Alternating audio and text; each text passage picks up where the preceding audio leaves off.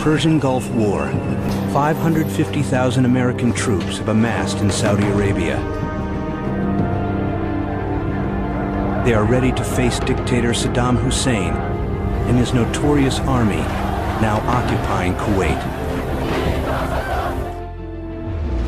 On August 2nd, 1990, some 80,000 Iraqi troops stormed their southern border, officially commencing the invasion of Kuwait. Although fighting officially began on August 2nd, the conflict began years earlier. After the end of the Iran-Iraq War in 1988, Iraq found itself burdened by more than $14 billion in debt it had taken out to finance the 8-year conflict. This added to the $20 billion Iraq was already carrying, totaling more than 80% of the country's GDP. And this was not a time to be carrying debt. In the midst of a particularly nasty recession, the Federal Reserve, under Chairman Paul Volcker, had raised interest rates to record highs. With the US's position at the center of global finance, this sent shockwaves and increasing rates across the world, particularly in a country like Iraq with a high risk of default. Today, most first world countries' national debts have interest rates in the low single digits, but Iraq's topped 13%. And while their national debt was piling up, oil markets were collapsing. From their peak in 1980, oil prices had fallen by more than 2/3 amid falling demand and increased production. And this especially hurt Iraq, who at the start of the 1980s saw more than half their total GDP come from oil reserves. This all put great pressure on the Iraqi government to find additional revenue sources, so when Kuwait supposedly started stealing their oil, they weren't in a forgiving mood. Most people think of oil wells as going straight down, but they don't have to. Underground, you can drill at an angle, or even perpendicular to the ground. In the lead up to the invasion, Iraq alleged that Kuwait had been doing this to steal oil under Iraqi soil. This, coupled with Kuwait's high oil production, which had depressed regional prices for years, was all the justification they needed for war. It's important to note that while Iraq claimed the invasion was in retaliation for Kuwait's actions, the rest of the world recognized this as a thinly veiled excuse to seize valuable oil fields deep within the country. The invasion began on Thursday, and by Saturday, most of Kuwait's armed forces had been overrun, or were forced to retreat to neighboring countries. By annexing Kuwait, Iraq now controlled a fifth of the world's oil reserves, and, for the first time, a substantial coastline on the Persian Gulf. That same day, the United Nations Security Council unanimously denounced the invasion and demanded Iraq's immediate withdrawal from Kuwait.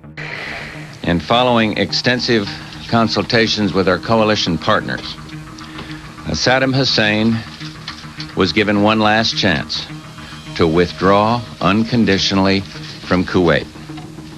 Regrettably, the noon deadline passed without the agreement of the government of Iraq. After failing to withdraw by January 15th and building up an occupying force of some 300,000 Iraqi troops, the US, acting under a UN resolution authorizing force, led a coalition of 39 nations against Iraq. The following 42-day war would become the most one-sided conflict in military history. The Allied coalition suffered about 250 deaths and 500 wounded, while Iraqi casualties numbered at least 25,000 and left more than 75,000 wounded. But how did the Allied coalition win such a staggering victory? A large part was thanks to the US's technological supremacy. The counter-invasion would see the most advanced technological weapons ever deployed in combat. The first Gulf War was the US's first major military intervention since the Vietnam War, more than a decade prior, and technology had advanced considerably in that time. The conflict saw the rollout of the F-117 Nighthawk. This was the plane that would come to popularize the term stealth in reference to an aircraft's reduced radar signature. Before the days of computer modeling, the F-117's frame was designed by hand to reflect enemy radar up into the atmosphere and away from the ground-based source. The plane's aluminum exterior was coated with a radar-absorbent material that further reduced its radar signature. This stealth technology was so advanced that the plane's 13-meter wingspan was reduced on radar to a cross-sectional area between 10 and 100 centimeters squared, a size smaller than most of the birds that flew over Iraqi airspace, making the planes nearly impossible to identify. Although the 36 F-117s made up less than 3% of the more than 1,900 Allied planes, in the early days of the counter-invasion, before Iraqi radar stations were taken out, they flew more than a third of the bombing runs. Across the 1,000 hours of the conflict, these 36 planes saw an impressive 7,000 hours of combined flight time. The stealth fighter attacked the most heavily fortified targets, and it was the only coalition jet allowed to strike targets inside Baghdad, the capital city protected by more than 3,000 anti-aircraft guns and 60 surface-to-air missile battery defenses.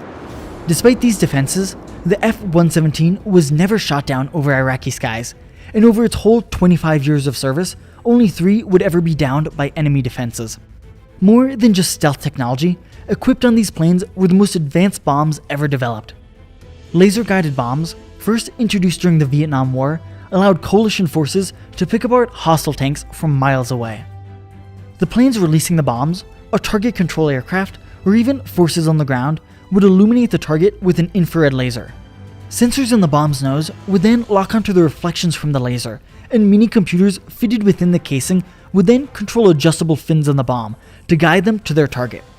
These laser-guided munitions were 100 to 200 times as effective as conventional bombs. Flying at 50,000 feet, a bomb dropped half a second late could miss its target by hundreds of feet. But in the first Gulf War, laser-guided munitions had an average accuracy of 10 feet or less. This was especially crucial in major Iraqi cities, where military fortifications were often surrounded by civilian homes. And after the launch of Navstar-1, the first GPS satellite only 2 years prior, coalition forces were the first ever to use GPS to precisely track both friendly and enemy troop movements. This was especially important in a theater like the First Gulf War. The vast majority of the coalition's forces were not from the Middle East, mostly Americans, and so they didn't know the regional geography.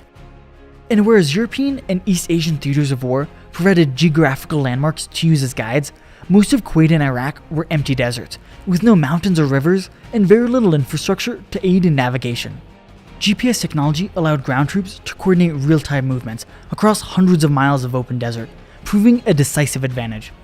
Another technological advance that's often overlooked are night vision goggles. During Operation Desert Storm, soldiers used $25,000 holographic night vision goggles that amplified light too dim for the naked eye. Normally, you can't see at night because there isn't enough light for your eyes. But night vision goggles can detect very small amounts of light, and even wavelengths that we can't normally detect, like infrared. The goggles then boost these signals between 2 and 7,000 times, allowing you to see enemy movements. These glasses gave the coalition a major edge over Iraqi forces in night battles, especially because the Iraqi troops were unaware of this technology and often favored night battles to hide from coalition aircraft, only to be spotted by the ground-based forces using these goggles. The combination of these technologies gave coalition forces the upper hand, leading to the largest one-sided conflict in military history and the liberation of occupied Kuwait.